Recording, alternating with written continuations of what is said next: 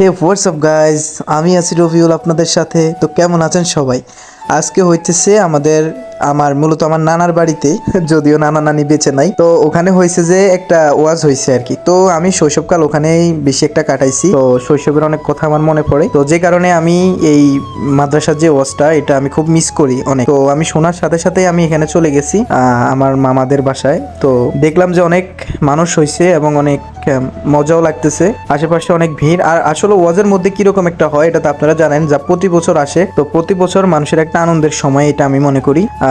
ঈদ, তারপরে হচ্ছে যে বিভিন্ন ইভেন্টের মধ্যেও এটাও একটা ইভেন্ট আমি মনে করি। তো ভালোই লাগতেছিল, চারপাশটা অনেক ক্রাউডনেস। তো আমরা এক পাশ থেকে আরেক পাশ এভাবে আমরা ঘুরতেছিলাম আর পর্যবেক্ষণ করতেছিলাম কি কি হয়েছে, কি কি আসছে এরকম, বা কোনো নতুন নতুন দোকান হয়েছে কিনা, এই আর কি। তো আমরা চারপাশ শুধু ক্লিপ নিতেছিলাম, ভিডিও আর দেখতেছিলাম, আর আপনাদের সাথে শেয়ার করতেছি, দেখতেই পাচ্ছেন। এই আর কি মূলত অনেক জমজমাট হয় এই জায়গার। যারা লক্ষ্মীপুর এরিয়া দিয়ে আছেন বা রামগঞ্জ উপজেলায় আছেন, মাহমুদনগর নামটি অনেকে চিনে থাকেন। তো অনেক ঘোরাঘুরি হয়েছে। আর এখানে আমাদের হাসিবের প্রিয় খাবার নুডলস।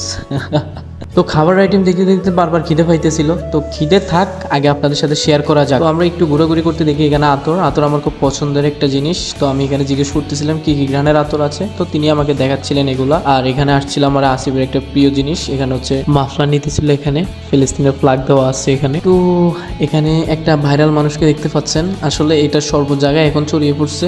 এখানে উনি চানাচুর বিক্রি করতেছেন আর কি মূলত। তো ভালোই লাগতেছে অনেকদিন পর এভাবে ঘুরতে পেরে।